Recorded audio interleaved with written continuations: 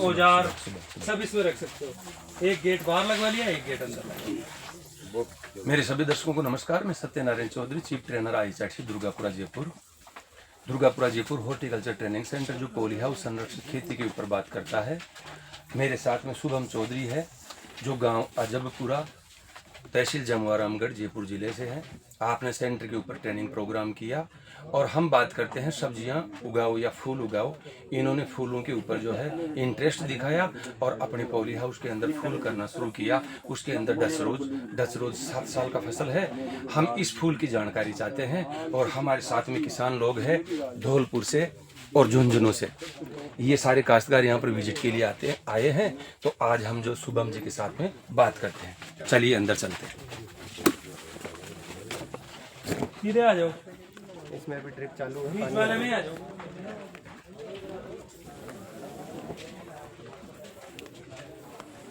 Charging करवाइए इस तरह का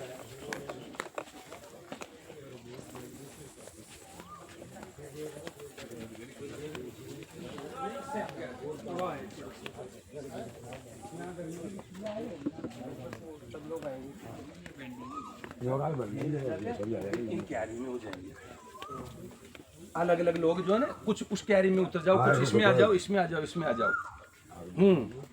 आप जो है उनको भी दिखाते रहो, हमें भी दिखाते रहो। शुभम जी, हाँ जी सर, आप आइए मेरी तरफ कैमरा घुमाना। मेरे साथ में शुभम जी के पापा जी हैं। थोड़ा सा सर आप अपना नाम बताएंगे अपने लोगों को और जो है अपना क्या डेजिग्नेशन क्या कर रहे हैं आप, थोड़ा सा बताएं। सत्यनारायण जी, मेरा नाम रघुवीर सिंह चौधरी है। जिस पॉली हाउस प्रोजेक्ट में हम हैं ये शुभम दीम के नाम से स्वीकृत है और ये खुद इसका इनिशिएटिव करके आपसे ट्रेनिंग ली, उसके बाद से इस पर काम कर रहा है। पिछले जून से इस जून तक के 12 महीने में है। जो मेरा व्यक्तिगत रूप से जो परिचय है वो ये है कि मैं एडवोकेट था पेशे से और ठेके पर खेती कराता था, लेकिन आपसे ट्रेनिंग मिलने के बाद बेटे ने खुद फार्मिंग में उतरने तय किया और अभी हम ये 2 प्रोजेक्ट में 4 एकड़ डच रोज की खेती कर रहे हैं। इसमें हमारे पास अभी 7 कलर के अलग अलग किस्म के गुलाब हैं। जिस पॉली हाउस में खड़े हैं हम इसको पॉली हाउस नंबर 1 बोलते हैं जी, क्योंकि ये सबसे पहले प्लांटेशन इसमें हुआ था। अब इसमें जो मल्टी कलर फ्लावर्स हैं, अलग अलग कलर के हैं, गुलाबी भी हैं, वाइट भी है, एवलांच भी है और येलो कलर भी है।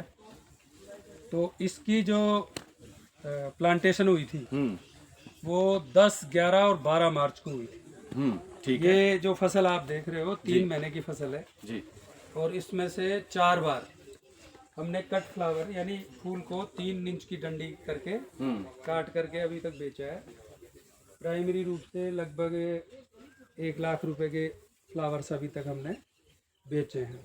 लेकिन ये जो खेती है वो बंच की खेती है, यानी एक फूल की कीमत मिले तब इस खेती का मतलब है।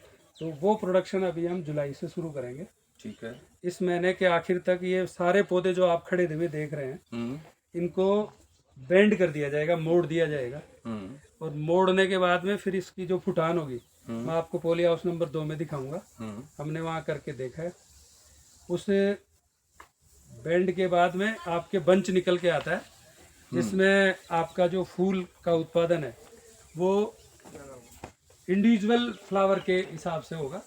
जितनी लंबी डंडी है, जैसे अभी ये 9 इंच की है, लेकिन अगर ये 5 रुपए का है एक फूल, लेकिन अगर ये 18 इंच की होगी तो ये 7 रुपए का हो जाएगा और ये 24 की होगी तो ये 10 रुपए का हो जाएगा और अगर ये 30 इंच की है तो इसके 15 रुपए मिलेंगे आपको। उसके क्या फ़ायदे हैं ये मैं आपको बताता हूँ।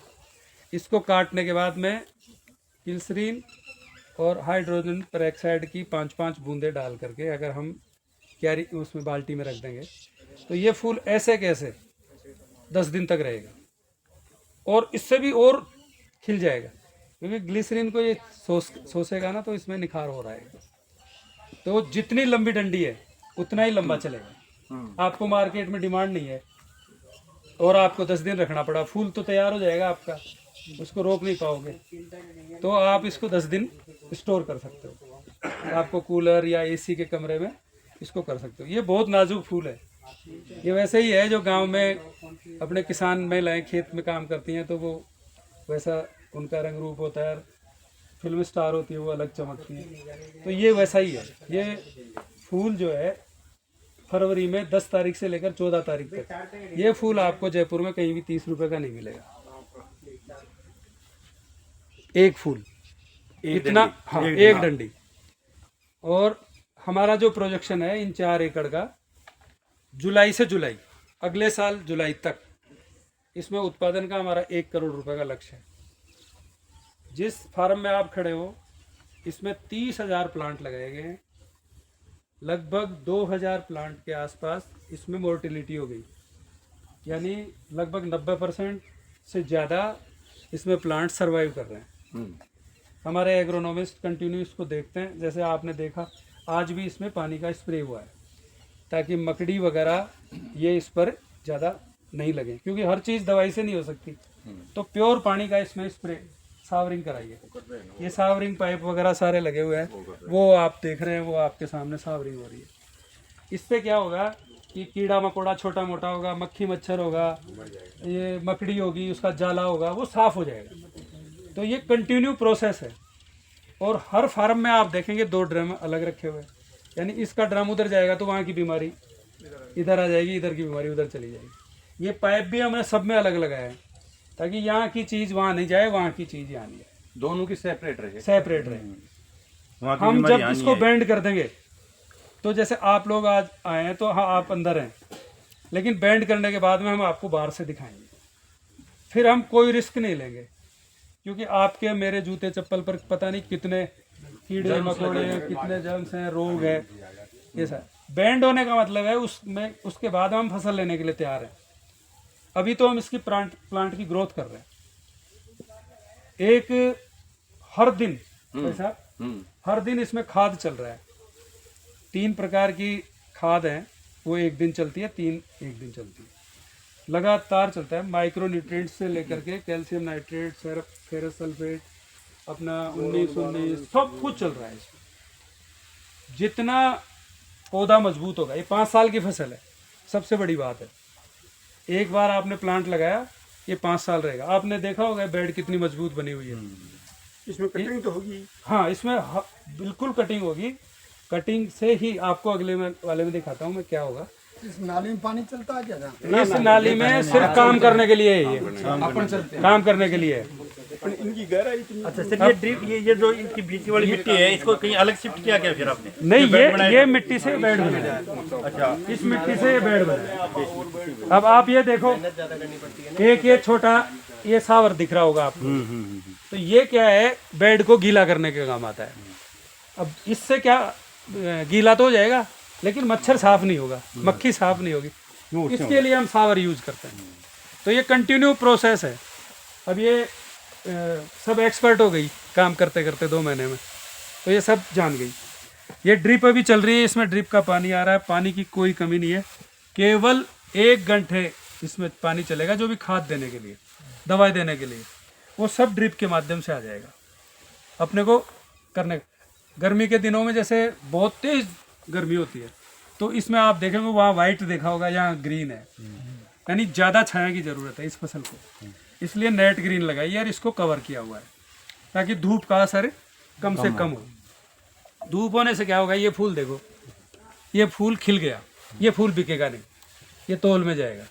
अगर ये फूल ऐसा होता ना, ऐसा आपके हाथ में ही है तो। हाँ, ये वाला फूल जो है, ये आपको आज जयपुर जाता है, ये अगर 15 इंच की डंडी के साथ, तो ये 10 रुपए का बिकता है एक फूल। तो ये मंडी का भाव है? ये मंडी का भाव है, बाजार में तो पता नहीं क्या मिलेगा। ये कट के जाएगा, ये 300 रुपये किलो जाएगा। हाँ, ये यहाँ से काटेंगे इसको, इतना 3 इंच की डंडी लेते हैं, और ये माला में, सजावट में, उनमें सब चीज़ों में काम आ जाएगा। मंडप के तो ये 3 महीने की फसल है, 10 से 12 मार्च को लगाई गई थी फसल। ये खिल गया और बुके में काम। अब आगे चलेंगे, दूसरा जो पोली हाउस है। 1 मिनट सर। अपने साथ में शुभम है। रघुवीर सिंह जी ने आपको बताया, अपने लोगों को जानकारी दी, ये पॉली हाउस के अंदर डच रोज वगैरह कैसे चल रहा है, मिस्टर्स कहाँ लगे हुए हैं। शुभम जी, आपके दिमाग में कैसी आइडिया आया कि मैं इस पॉली हाउस में डच रोज की ही खेती करूं? आप सब्जियों के ऊपर भी जा सकते थे, खीरे पर जा सकते थे, टमाटर कर सकते थे, कलर्ड कैप्सिकम कर सकते थे, आपने डच रोज के बारे में क्यों सोचा? डच रोज के बारे में विचार इसलिए किया क्योंकि जैसे हम देखते हैं बाकी सब लोग ओपन फील्ड में केवल बाजरा और गेहूं पे लगे हुए हैं। अब जैसे हमने पॉली हाउस देखे, हमारे भाई भी पॉली हाउस करते हैं, आपने दिखाया इससे पहले, उन्होंने केवल ही खीरा किया 8 साल तक। हाँ। तो जब मैं आपसे ट्रेनिंग में मिला तब मेरे दिमाग में ये चीज आई कि भाई आदमी नवाचार करना ही नहीं चाह रहा, बदलना नहीं चाह रहा, करना जिस पे लग गया उसी पे लगा रहता है। तो मैं पॉली हाउस भी करें तो इसमें नया क्या करें जो किसी ने नहीं किया, उस वजह से मैंने गुलाब की खेती को चुना है इसके अंदर। बहुत अच्छी बात है। गुलाब की खेती एक बार, इसको बोलते हैं डच गुलाब। हॉलैंड में रहने वाले लोगों को डच बोलते हैं, वहाँ से उठ करके ये आया है। और फूल के साथ में डंडी, ये डंडी सहित कटिंग होता है, इसलिए इसको कट फ्लावर्स बोलते हैं। एक बार लगा दिया तो 7 साल तक ये फसल चलता है। 7 साल के दौरान आप काट छांट करते रहें, आगे की तरफ बढ़ते रहें। इस पॉली हाउस को हम देखते हैं तो आप ऊपर की तरफ देखो, कहीं पर भी फोगस नहीं है। नमी बनाना चाहते हैं लेकिन किससे बनाएंगे? तो फोगस इसलिए नहीं है कि जब ये फूल छोटी अवस्था में रहता है, इस पर प्लास्टिक का जाली पहनाया जाता है। जब तक ये कट नहीं जाता तब तक वो जाली इसके साथ में रहता है, और जैसे ही कटिंग होकर के ये जाता है, जाली को हटा दिया जाता है। 20-20 के गुच्छे बनाए जाते हैं, पत्तियों को और कांटों को एक मशीन के अंदर दे करके हटा दिया जाता है, वो बिकने के लिए जाता है। इसमें आपका एक डंडी कितने रुपए का जा रहा होगा? अभी आज की तारीख में जो हमने बेचे हैं वो 7 रुपए से लेके 10 रुपए तक है एक डंडी। एक डंडी। अब इसमें तो आपके लाखों डंडियां निकलेगी। हाँ। और आपके यहाँ पर पौधे कितने लगे हुए हैं? 4 एकड़ में कुल मिला के 1,20,000 पौधे हैं। 1,20,000। आपने 1,20,000 पौधा लगा दिया। यदि हम इन पौधों में बात करते हैं तो एक पौधे से 35 फूल प्रति वर्ष 1 साल के अंदर निकल जाएंगे, तो 7 साल के लिए चलेगा। तो प्रोडक्शन पहला कब से स्टार्ट हो जाएगा, तब से टाइम की गिनती करते हैं। बहुत अच्छा सा प्रोडक्शन दे जाता है, यानी सब्जियों में खीरे से भी अच्छा प्रोडक्शन ये दे जाता है, अच्छा अमाउंट दे जाता है। लेकिन हर कोई क्यों नहीं करता? इसके लिए जानकारी बहुत ज़्यादा होना ज़रूरी है। आपका एजुकेशन बहुत अच्छा है, उसके हिसाब से आपने इसको अपनाया है। हर कोई इसको नहीं कर सकता। इसको कर लिया, आखिरकार बेचेंगे कहाँ? खीरे में ये हमने कर लिया, ज़्यादा उत्पादन आया, कुछ अपने सगे संबंधी को दे दिया, कुछ जो है बाजार के अंदर भेज दिया, हम भी खा लिए। इसको जानकारी मार्केटिंग का नहीं है तो नहीं लगाना चाहिए। इस फसल अब में इसको जी एक चीज हो रहा है कि साल में 12 महीने हैं, तो इस फसल की जो डिमांड मार्केट में रहती है वो 6 महीने ही रहती है। 6 महीने इसका ऑफ सीजन रहता है। अब वो 6 महीने ऑफ सीजन आपको कैसे जैसे निकालना पड़ेगा। तो इसमें नेट लगा के आप इसको पेड़ पे 2-3 हफ्ते स्टोर कर सकते हैं। कोल्ड स्टोर बना के भी आप इसको 2-3 हफ्ते तक रख सकते हैं, लेकिन कोल्ड स्टोर में भी आपको नेट नहीं हटाना है उस पे से। नेट लगा रहेगा तो फूल आपका टिका रहेगा, और जितनी लंबी डंडी आप लेंगे उतने ही दिन टिकेगा।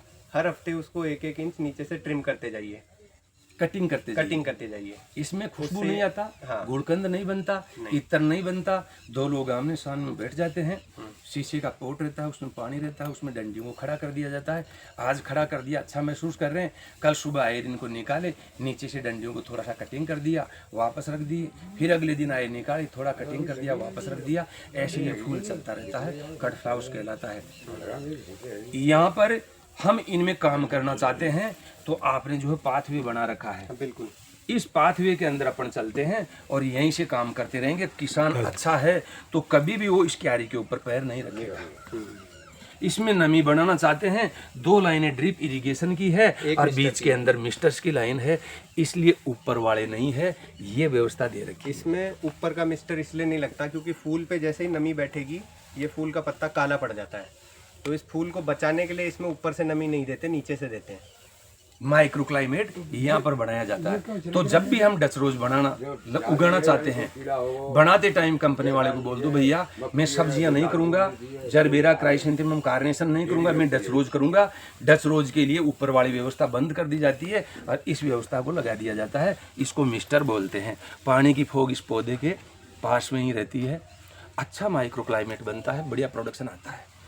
उठी हुई क्यारियां हमने बना दी, इसलिए बना दी पानी यदि ज़्यादा चला गया तो इधर से हवा लगेगी, पानी को कम करेगी, इस जमीन का पोरोसिटी बना रहेगा, पोरोसिटी बनने से एरेशन होगा, एरेशन होगा तो प्लांट अच्छा चलेगा।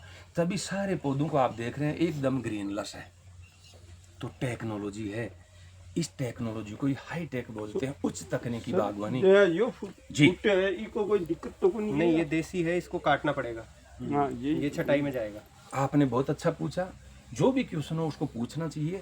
इस फूल के अंदर नीचे वाला जंगली है, जंगली के ऊपर अच्छे वाली कलिका को, शाखा को बैठा दिया गया है और वहाँ ज्वाइंट कर दिया गया है। ये जंगली वैरायटी है। इनमें ये जंगली इसलिए लगा दिया कि जंगली का आदत है जमीन में से फूड मटेरियल को ज्यादा स्टोर करे, पौधे को देता रहे, और ऊपर जो अच्छी शाखा लगाई है वो ज्यादा से ज्यादा आपको डंडियां देता रहे, इसलिए इसमें ग्राफ्ट की हुई प्लांट है।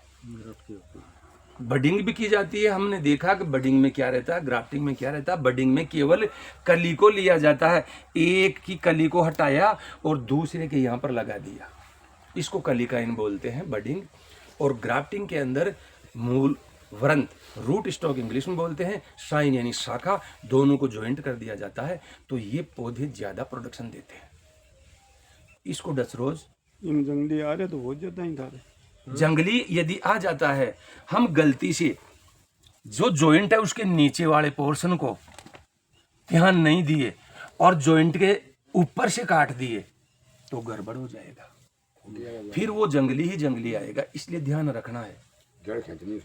हाँ, हमें हमें हमें ध्यान रखना है। ये तो साइड में लग गया है, जो जॉइंट है उसके नीचे लग गया है। लोग बाग जानते हैं ये प्रोडक्शन देगा, ये नहीं देगा, इसको तो हटाना है। 7 साल फसल चलेगा तो ये हमारी क्यारी है ना, ये काफी मजबूत हो जाएगी, फोर्किंग करना पड़ेगा, काई भी आ जाएगी, उन चीजों का भी ध्यान देना पड़ेगा।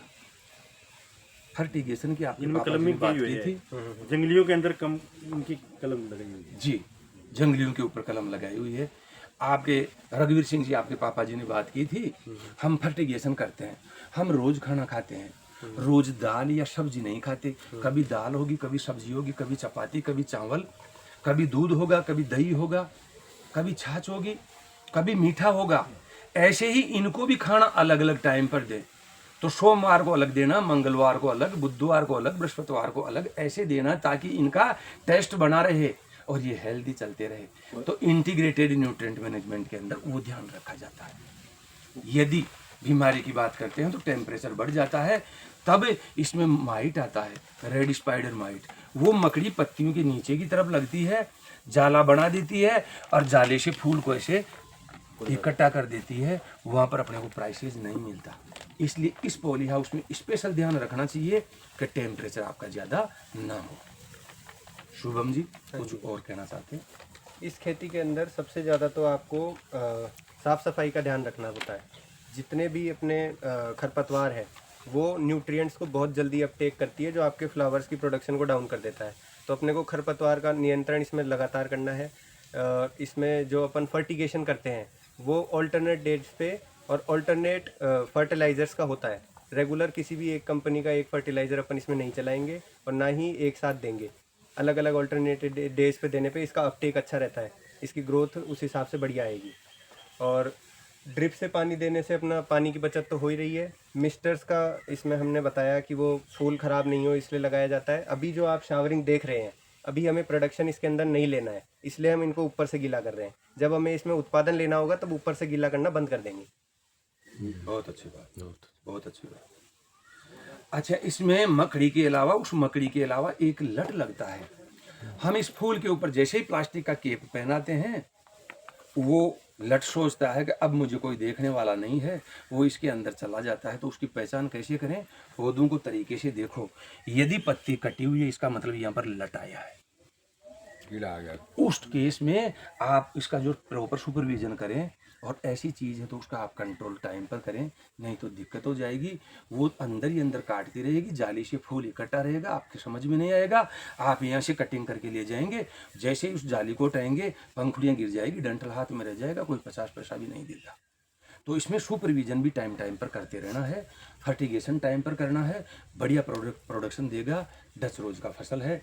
शुभम जी ने एक ही बार ट्रेनिंग लिया और इतना बढ़िया पॉली हाउस यहाँ पर लगाया। जयपुर जिले के आज आप तीसरे नंबर के काश्तकार मेरी निगाह में है जिन्होंने इतना बढ़िया तरीके से प्रोडक्शन लिया है। मैं दूसरी जगह भी देख करके आया हूँ, लेकिन ये तीसरे व्यक्ति जिनके यहाँ पर उन दोनों जगहों से अच्छा चल रहा है। अच्छे का कारण ये है कि इनके यहाँ पर वीड्स नहीं है, खरपतवार नहीं है, इनकी क्यारियाँ वहाँ से ज़्यादा उठी हुई है। इनके यहाँ पर प्रॉपर तरीके से मिस्टर लगा हुआ है। उन्होंने मिस्टर नहीं लगाया, उन्होंने स्प्रिंकलर लगा रखा है, वो सरासर गलत है। इन्होंने जाली को फैला रखा है, उन्होंने जाली को नहीं फैला रखा। उसमें टेम्परेचर ज़्यादा है, इसमें टेम्परेचर कम है। तो डच रोज ये कहता है मैं ठंडे प्रदेश का फूल हूँ, मुझे ठंडक में उगाओ। तो आप शुभम जी ऐसे ही बढ़िया बढ़िया फूल उगाते रहें, हमारे लोगों को अच्छा जो नॉलेज देते रहें, शेयर करते रहें। आपका लॉट ऑफ थैंक्स, बहुत बहुत धन्यवाद। मेरे सभी दर्शकों को नमस्कार, मेरे सारे ट्रेनर्स को लॉट ऑफ थैंक्स।